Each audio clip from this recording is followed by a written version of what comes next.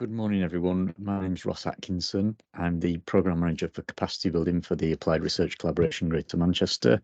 I also manage a couple of our other research themes, organising care and digital health.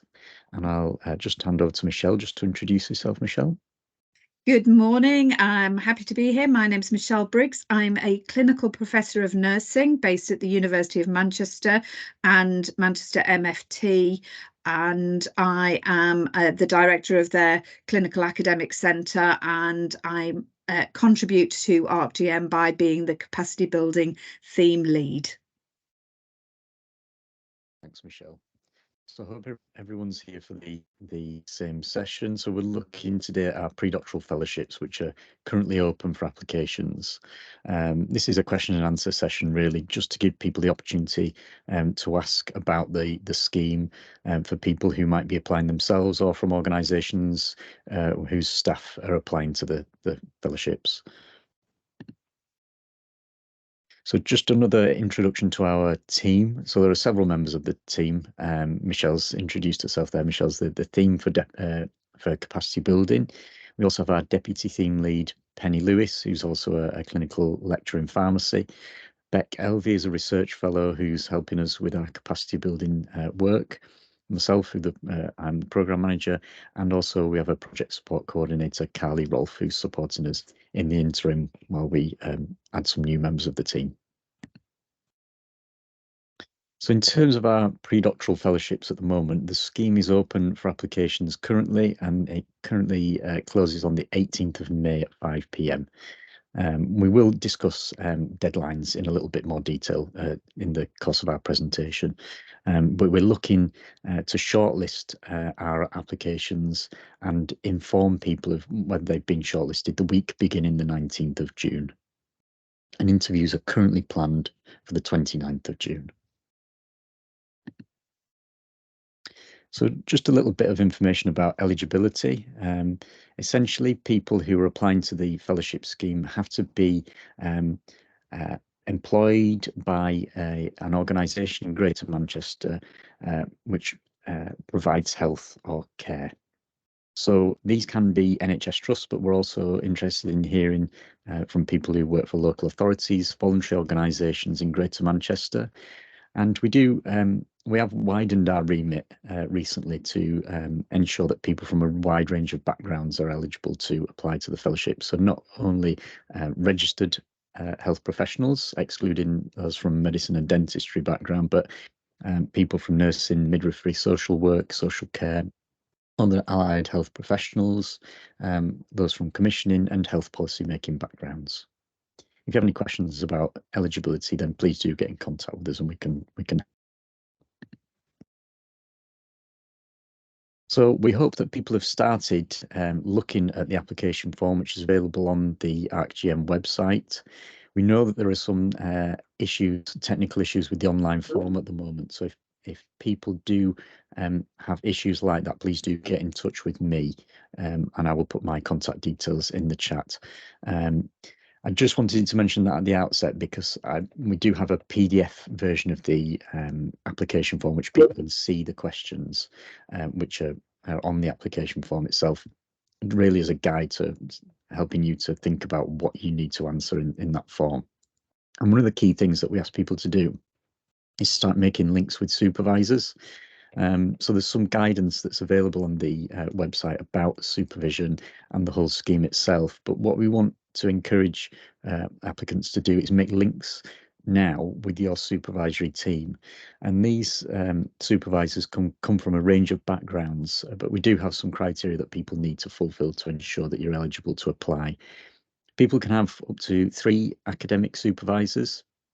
You do need to identify who's your primary supervisor, and you do need to have at least 1 supervisor from ARC Greater Manchester, and that could be your primary supervisor or it could be somebody else supporting the team.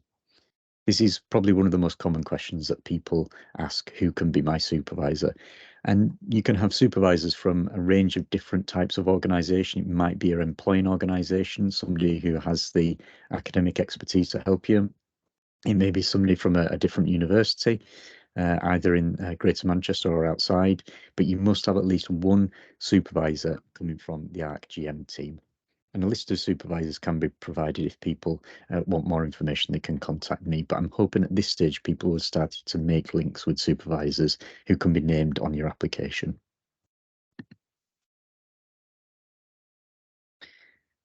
So in terms of what might make a good primary academic supervisor, we encourage people to make links with those people who have already had experience of working as a PhD supervisor.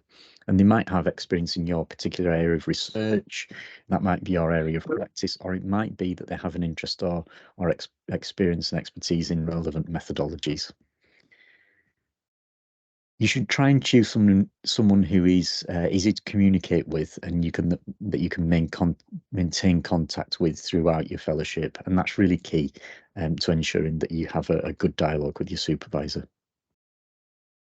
We also ask people to think about who might be suitable to be your supervisor for a PhD in the future. So the point about our pre-doctoral fellowships is that we give the opportunity for people to work with ARC, gain some research experience and develop a PhD application. So we are really trying to develop people's skills and knowledge to the point where they can submit a competitive PhD application. So supervisors are a key part of that fellowship. So as I've mentioned before, people should have hopefully started to make links with their potential supervisors. I know I've had a number of queries so far already. You can speak to people in local universities who you may already have links with, or you may have been put in touch with. Or if you want to try and make links with ARC supervisors, please put your email address in the chat and we'll gather those up and I will contact you with the potential list of supervisors. So I'm just going to hand over to Michelle at this point just to give a little bit more information about the 4 Ps. Thanks, Ross. This is something that is worth thinking about because it's, and especially at the pre-doctoral level, thinking about what the aim is of a pre-doctoral fellowship. The clue is in the title in that it's pre-doctoral. So the aim is to prepare you to be able to put in a PhD application. Hence the slides before with Ross saying that people who potentially could be good pre-doctoral supervisors who are people who have experience supervising people with PhDs. So we talk about the 4 Ps because we're interested primarily in you as a person. So your potential to do a doctorate, your potential and your ambitions, what you've done previously in getting involved in research, whether you've been research active, you've recruited to trials, or you've done a master's, and what your dissertation has been. But what your ambitions are, what you have personally been involved in terms of maybe it's been service evaluation and you've used research to improve services in your area. That's the sorts of things that we're interested. So the first thing is you as a person. This is a personal award, and we're interested in your you and your ambitions and your PhD ideas. And the pre-doctoral application, we will ask you about your PhD ideas. They don't have to be fully formed, but they have to be formed to a point where we can be clear that you have an ambition to do a PhD and that we know what sort of area it is, and that there are some bits of work within the pre-doc that will help you put forward that PhD application and be successful. So that's person.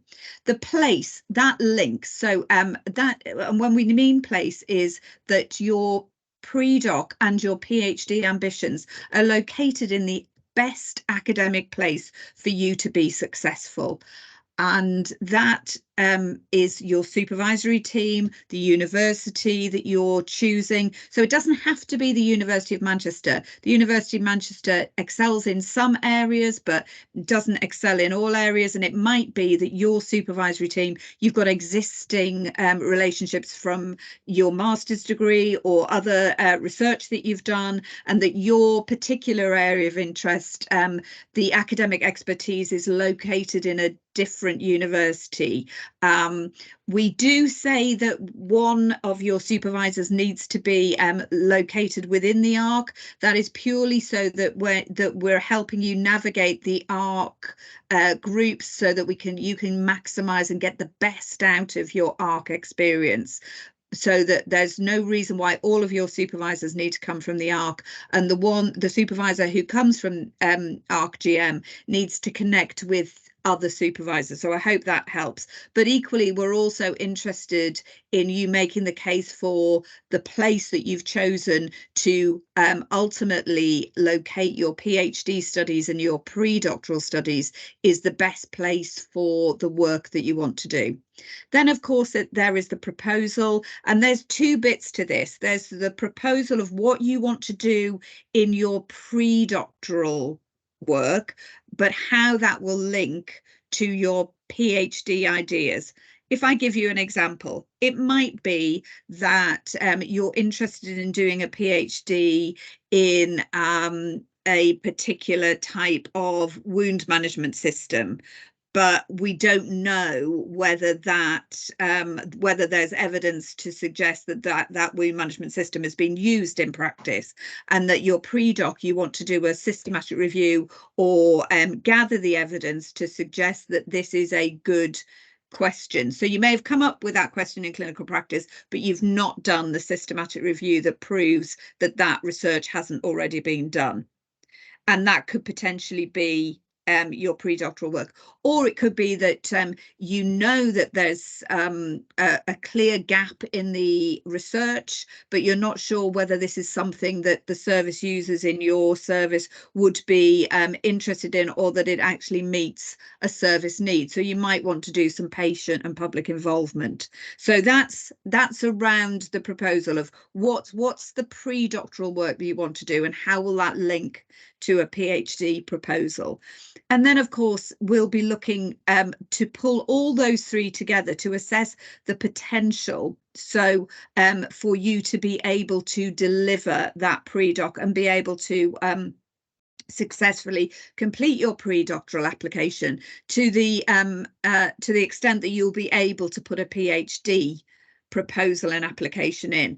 And the sorts of things that we're looking at in terms of potential is that you've got strong line manager support, that it's something that your employing organization needs and wants, and that they are supporting you to develop in this way, that you've funded it appropriately, and you've got plans in place to see how you'll be able to take, if you're going over 2 years or 1 year, that there are plans in place to enable you to take the time that you need to focus on your studies.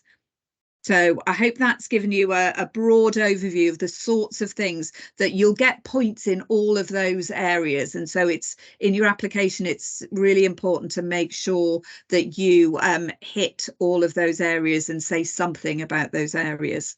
Have I forgotten anything, Ross? Is that a good summary? That's a good summary, Michelle. Yeah, thank you. It just leads us on to our next slide, really, in terms of what you should include in your application. So as Michelle has sort of summarised there, we need to try and understand what your professional background and interest in research is, as we've spoken about your supervisory support. We want you to try and map out some timelines in your application to help us to understand whether the work that you want to do is feasible and will fit into a nice timescale leading up to a PhD application. We also want to try and understand what your training needs might be. So in addition to the backfill funding that we provide as part of the fellowship, we also provide each applicant with a £2,000 budget for training. And this can be used in a number of different ways. One of the things that some people do is access a university module, a master's module, which they think will plug a gap in their sort of training needs. So, for example, we have a critical appraisal and evidence synthesis module that people at the University of Manchester can do. So our pre-doc fellowships will get access to that training budget to support that. But it's just good to note that there are other training courses and modules, maybe at different universities, that people might want to access. Again, it doesn't have to be a University of Manchester course. The training budget also might help you to attend a conference or training event that you've identified, either something that you might want to present your work at or something that you think will be beneficial for your experience to attend. There may be training workshops at a conference, for example, that you may need to attend, so we can support that through your training budget. We really need to know about what work you will be doing during the fellowship. And again, as Michelle mentioned, it may be some public and community involvement work. It may be doing a systematic review. It may be collecting a small amount of new data that you want to analyse to be able to prepare your PhD application. And then again, at the end of that list there, how the work that you're going to do during your fellowship will contribute towards your PhD proposal. So before I mention, before we take questions, I just wanted to mention that there are a number of things in the guidance document that's available on the website that are important to flag at this point. And one of the key things is ensuring that you've got that line management support, as Michelle mentioned before. We do ask people to try and cost up the amount of time that they want to devote to the pre-doctoral fellowship. We ask people to choose one of two options in the application form. So either doing your pre-doc fellowship over 1 year at 50% of your full-time equivalent, or over 2 years at 25%. We really do advise that those are sort of the amounts of time that people should try and devote to the pre-doctoral fellowship to be able to undertake it to completion. So we do want people to get in touch with their finance department and cost those numbers up. And that helps us really to understand how much backfill we need to be paying to your organisations to support you to do your pre-doctoral fellowship. So at this point, I'm just going to open to questions if people would like to ask anything in particular, and it can be about any of the aspects that we've covered there, or it can be something that's we've not covered.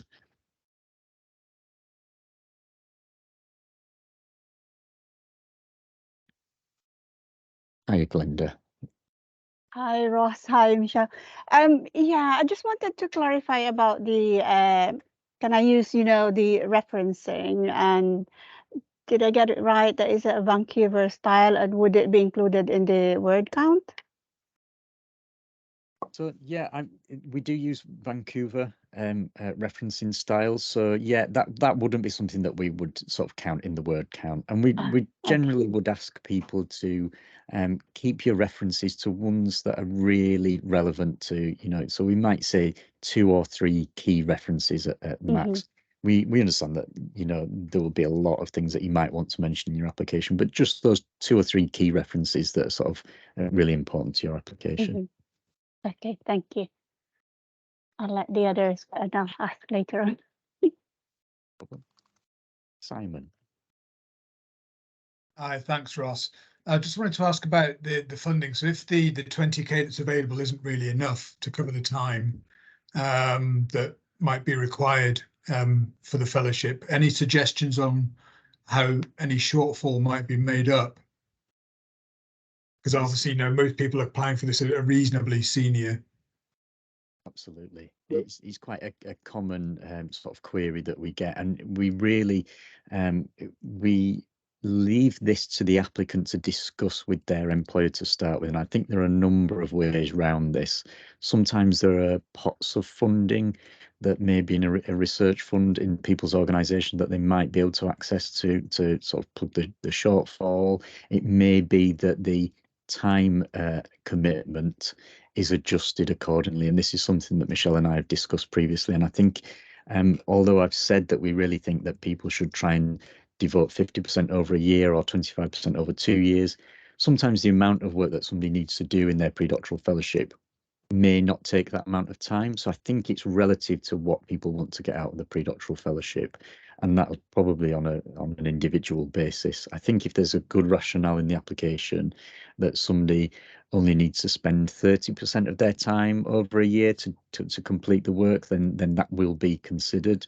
And Michelle, have you got anything to add to that point? Yeah, so I absolutely take your point that Simon, that I don't think it's true to say when we look at our application rate that most people are senior. That's actually we get applications from a wide range of people at points in their careers, from band 5 right the way through, and our reason for capping it is to make sure that we can offer as many pre-doctoral fellowships as possible to as wide a group as possible, whereas if we did it pro rata, we could potentially only fund 1 or 2 if they were at this higher level. And it is a partnership with the organisation, so you're absolutely right that we're open to lots of flexible options. As Ross has said, is that it could be that pre-doctoral fellowship, sometimes people have already done quite a lot of work and they just need 6 months, and they can make a case for that, or as I say, a shorter period of time, or that they can partner with their organisation so I'll give you an example. For example, the advanced practitioners often have 25% of their time as part of their role, and some organisations have suggested that dedicated time could be considered as part of their advanced practitioner role, and that the funds that we were providing will be topping that up. So that's just one example, but there's lots of different examples of we're open to how that £20,000 can be best spent. And there is indeed the £2,000 training budget as well, so it's a £22,000 offer. But you're right that for some people that wouldn't cover 50% for a year, and we need to, but we're open to how that helps. I'm hoping that's answered your question, Simon. Yeah, that's great. Thanks, Michelle. That's really helpful. Thank you. Thanks, Simon. So we've got a couple of questions in the chat which I think are linked in a way. So somebody's asked if there's another round next year, and somebody else has asked, well, they think that it may be a rush to apply this year, how often the opportunities come up. So yeah, we've had, I think this is the 3rd or 4th round that we've had of pre-doc fellowships. So we're the 4th, I think, Ross. 2020, yeah. 21, 22, 23. Yeah. So we've had 3 previous rounds, and there will be another round next year of pre-doc fellowships. It may be that we have to restrict next year's in terms of the amount of time that people can take. So it may be only 1-year fellowships, but we're working on trying to find out what's happening there just with our funding arrangements, because ARC is funded on a 5-year cycle. So there will be another round next year. Also, just to bear in mind that there are other opportunities available to people, such as our internship. So if people think that they're maybe not quite ready, if somebody's very new to research and wants to dip their toe in, we do have, these are opportunities that are not backfilled in terms of funding, but the 30 days to be taken flexibly over a year. And that will help people just to get some experience, some training experience, do some research potentially with some of our ARC members of staff, and they often lead to people going on to other opportunities, either the pre-doctoral fellowships. And one of our interns previously went straight from an internship, went back to their practice, and has now gotten to a PhD opportunity. So there are other opportunities that people should look out for, and they will be advertised on the website, as Michelle's just put in the chat there. Thank you. So Michelle, we've got a question there. Would 40% FTE be accepted? And I think, again, it comes back to the idea of what somebody wants to get out of the fellowship and how much work you think you need to do. We have a lot of people, I think, who say, I know that my proposal is quite ambitious and there's a lot to do, and people halfway through sometimes and have a rethink about what is then feasible. And we're quite open to working with applicants and their supervisors, or, you know, successful applicants, to redefine what their proposal should be and where they should concentrate on the second half of the fellowship. So I think 40% would be acceptable.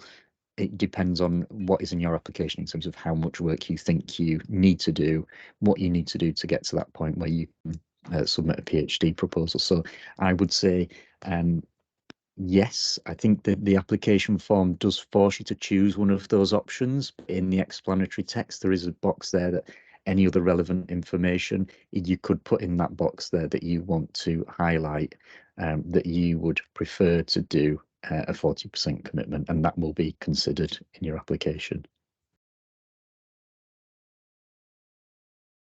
I don't know if you have anything else to add to that, Michelle. Is that no, that's exactly, Ross, is that it's we'll consider and especially say 40%, but you make a case for that and we will definitely consider it. I think we'd be it's the other end of if somebody was saying you need to make an extremely strong case if you're saying that you work full time and you can do this in your evenings and weekends. That's to be actively discouraged, in that these anybody, if you can if you look at the I'll put the on our website, there is the showcase of previous pre-docs and what pre-docs have achieved during their pre-doctoral time, and it's a it's quite a demanding to fulfill all the tasks that you want to fulfill. It does take the time, so it's exactly what Ross is saying. It's about a balance being what you need to do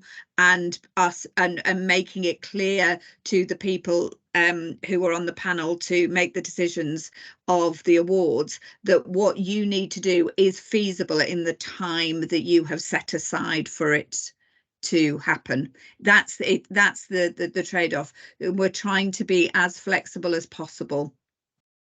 And Katie, that it's a really good question, is that you're absolutely right that it's quite tight in terms of the timelines at the moment. But happy for you to email us because it depends how much you've done so far. So you've got your manager's support, but it actually depends how much you've previously done about. So that's maybe I would send me an email. I'll put my email in the chat and we can have a conversation about whether you're ready or whether maybe the internship is more of a whether aim for the internship or other opportunities. But it's certainly a really good question to see that you don't want to it's absolutely don't rush at it, and it's better to hold off and put a good application in than rush at an application, because the level and the competition is very high. That's okay, Katie. Yes, I'll put my email in the chat, but if you email us, we definitely can help you make that decision. Michelle, I have a question. Could I check if apart from the supervisor you can have another 2 or 1 co-supervisors? So we advise that people can have up to 3 supervisors. You could have 1 supervisor, but that 1 supervisor has to come from ArcGM. You could have 3, but again, at least 1 has to come from ArcGM, and we need to keep that as a link with ARC, because the Applied Research Collaboration for Greater Manchester serves the GM population. So we do need to keep somebody within ARC as one of your supervisors, and to ensure that you're appropriately supported. But you can have other supervisors, maybe from your area of practice or from another institution. Absolutely, Ross. And there's no boundaries on those institutions. They don't have to be Northwest institutions. They don't have to be GM. The key thing that we're looking at in terms of your pre-doctoral supervisors are they the best people to help you build a really good PhD. The other point that I would say about supervisors, which I don't think I mentioned in the presentation, is that the pre-doctoral supervisor doesn't necessarily have to be a person who's going to see you through to your PhD ambition. All three supervisors. So somebody might say, "Oh well, actually, I'm not taking on PhD supervision at the moment, or I'm my supervisory capacity for PhDs. I'm full, or So there may be a number of reasons why people say that they can't take on a PhD supervision, but there may be a specific area, say patient and public involvement, or a particular methodology that you want to learn from that person, where they will be supporting you for your pre-doctoral fellowship, but not necessarily moving on to being one of your PhD supervisors. And that's perfectly acceptable that somebody helps you, and that might be somebody in ARC, that they may be able to help you with your pre-doc but don't want to transfer and be with you for your PhD supervisory team. So when you're approaching people, it's that's a useful distinction to make, is that you not always, sometimes that it does move and you stay with the person you've supported at pre-doc, but it doesn't always have to be that way. And I've supported some people through pre-doctoral fellowships, and they've moved on to a supervisory team that's more appropriate to the PhD that they have shaped within their pre-doctoral fellowship. So doesn't have to be it can be anywhere in the UK in terms of your supervisory team, but what we'll be looking for is that supervisory team have the skills to help you both in training and your ambitions for your PhD, so that it's a good, well-rounded supervisory team. I hope that's answered your question. Yeah, and in addition, the role of the ARC supervisor is to keep the links with the ARC themes. So ARC-GM has a number of research themes which are listed on the website that people can have a look at and see how your work may align with the theme, and which is one thing that we ask you to do in your application. So choosing a supervisor where they have particular expertise or knowledge of an area that is set up in one of our ARC-GM themes will be really, really useful, because applied research collaborations are to set up geographically to sort of serve the needs of the local population. So that's another thing to consider.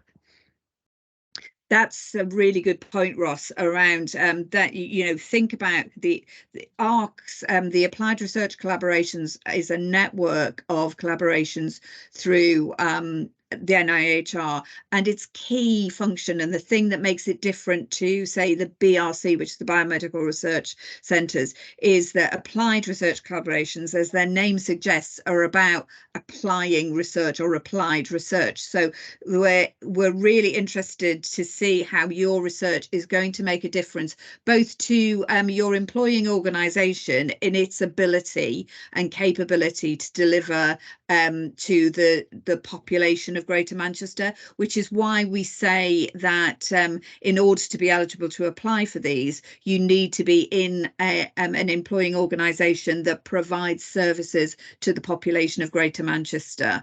That's because in ARC-GM, that's our reason for the funding, is to be delivering research that is going to improve the lives of people in our Greater Manchester footprint and that population. So if you can make the link in your application of how the work that you're doing links to the Greater Manchester population, that would be really helpful.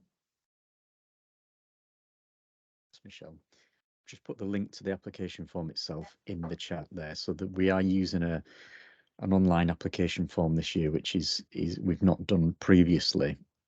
So some people have made us aware that they're having difficulties either accessing or the form functioning itself. So if people are unable to access the form, I would suggest try on a personal computer if you have one. Some people we do know need to use work computers, And particularly if people are working within the NHS, there are sometimes systems in place that prevent access to certain types of forms. So if people are having difficulties, please let me know. We know that there are some difficulties with how the form is functioning. And for this reason, we are thinking about extending the deadline, the submission deadline, beyond the 18th of May. So we're not unsure at the moment how many days extension there will be, but if you keep an eye on the website, the ArcGM website, where the information about pre-doctoral fellowships is kept, Michelle has put a link to that website in the chat. If you keep an eye on that, the new deadline will appear on there shortly. So just wanted to make people aware of that. Thanks, Ross. And we're also acutely aware that we didn't factor in the impact of 3 bank holidays in May in terms of being able to connect up with your line managers and how difficult that might be. So we're acutely aware that there are some challenges that we hadn't anticipated. So yes, please do keep an eye out for that.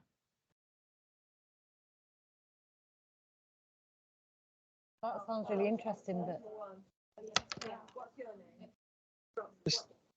Sorry, just a question about the form.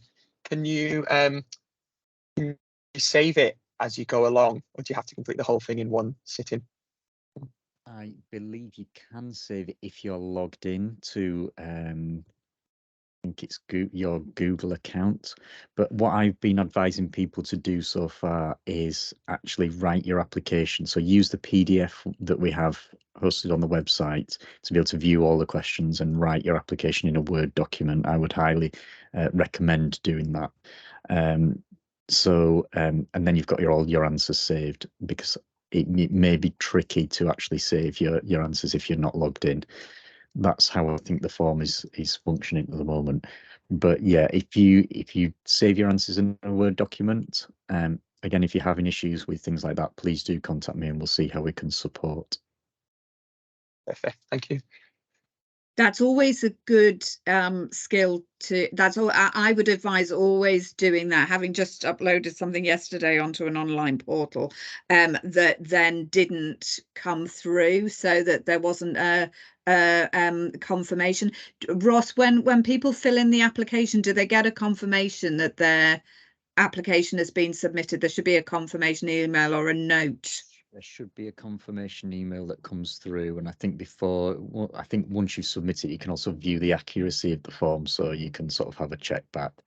Again, if people have submitted something too early and you think, I've not finished that question, and if you're still within the deadline that we have set, please do get in touch with us just to flag that. So you can get in touch with me. I put my email address in the chat, or there's a generic ArcGM email address which is accessible by a few different people, so we're keeping an eye on that account.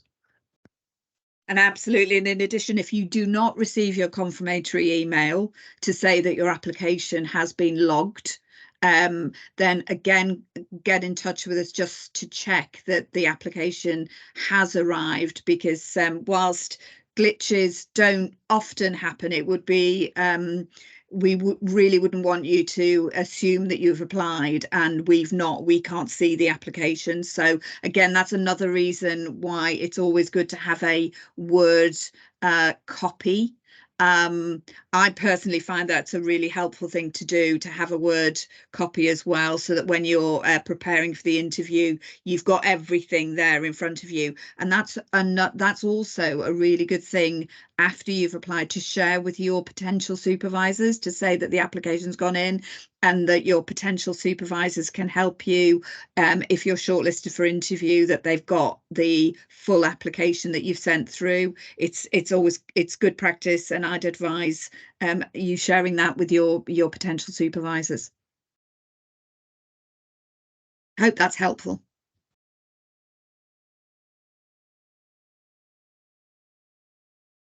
few minutes left. I just wondered if anybody has any additional I'm just questions at this scrolling point. to see if we've answered all the questions in the chat. So Simon was asking, for those of you who don't have access to the chat, Simon was asking if psychologists could apply, and I was saying if they work for the primary criterion is that they work for a health or any health or care organisation that serves the GM population, so that they need to make that case. But there's no, we don't have a list of professions that we would accept or not accept. Is that fair to say, Ross? Yeah, absolutely. And I think it's more about the role of that person and the organisation. So, for example, we have people from quality improvement organisations, which are hosted by the NHS, but who come from a scientific background, QI background. We have people who come from voluntary sector organisations who are interested in research, who are interested in inequalities. We have social workers. So we're not just open to the traditional NHS clinical backgrounds. And I would encourage anybody from sort of non-traditional research, applied health research backgrounds to apply.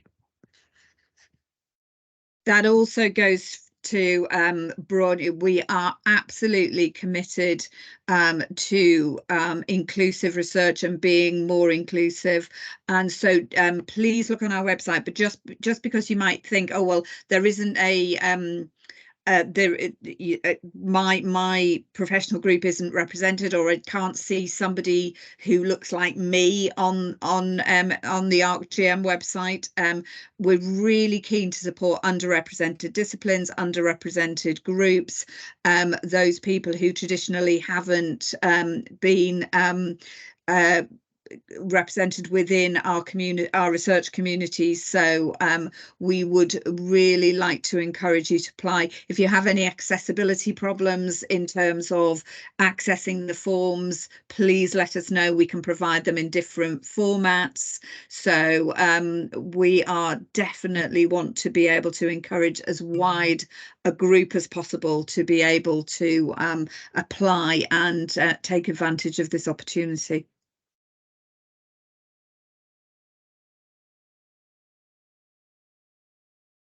Can I just ask as well, as sort of, if you've got an idea but you're kind of not sure sort of how feasible it is, you want to get feedback on it from potential supervisor, is there anyone you could like run the idea past before you submit the application?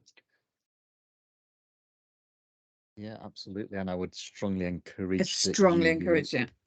Yeah, discuss that with your supervisors. So whoever you're naming on your application really should have worked with you to at least review that application, provide maybe a little bit of feedback, because we do think that they need to be really supportive of your application. So it will be a good point at this point now. We've got a couple of weeks to go to try and find those people, get them named on the application, and also they might be able to suggest somebody else who would read that for you. Mm-hmm. Fantastic, thank you. And certainly Ross, myself, Penny, any one of us in our team have been answering emails over the last few weeks of people saying, this is my idea, does this fit? Those sorts of questions. We can answer those questions, but Ross is absolutely right that the key people to be able to answer those questions are the pre-doctoral team that you've got connected with you, because it's easy for us to say, oh yeah, I think this is a great idea, or that's, especially when it comes to things like feasibility. Feasibility is a difficult thing to judge if it's not your area of expertise. So the key thing is to get the people whose area of expertise, academic expertise it is, to be able to help you to judge that feasibility. I hope that helps, Daniel. Was it Daniel who was asking that question? Yeah. Thanks. Michelle. Oh, Glenda's asking, can I link my proposal to more than one ARC theme if appropriate? Yes, you don't have to choose one. You can link it to more than one.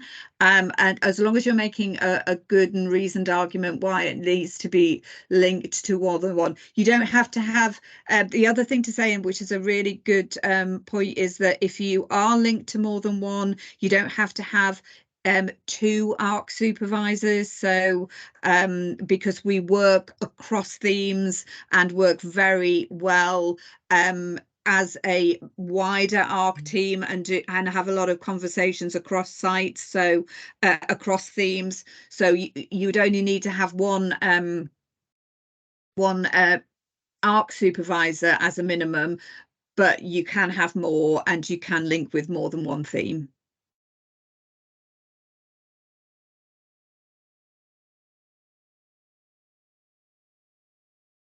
Oh, great. Thanks, Ross. Hopefully, Katie, you'll be able to link to that. Yeah. Yeah, so our themes are listed on the Our Research tab on the website. It's an NIHR website, so I'm hoping that it should be viewable on most NHS computers. But again, if you're struggling with that, please do let me know. The themes themselves are listed under Our Research, so you will find a sort of headline of what the objectives or the key focus of each of the research themes are. And it may be simply looking at the list of bullet points that are on each theme and understanding how your work fits with each of those objectives.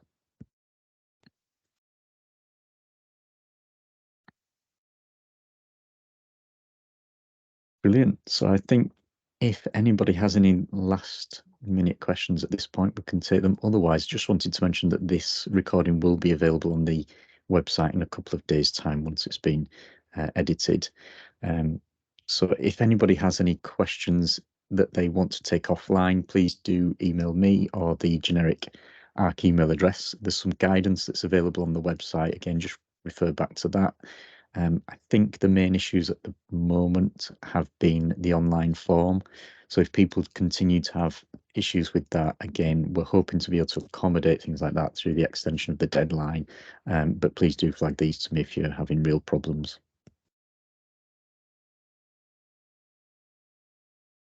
Brilliant. Well, thank you very much, everyone, for your time, and good luck with your applications.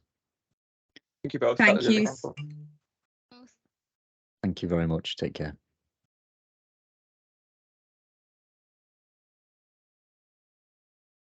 Thanks, Ross. Thanks. No problem, Michelle. I'll just stop the recording.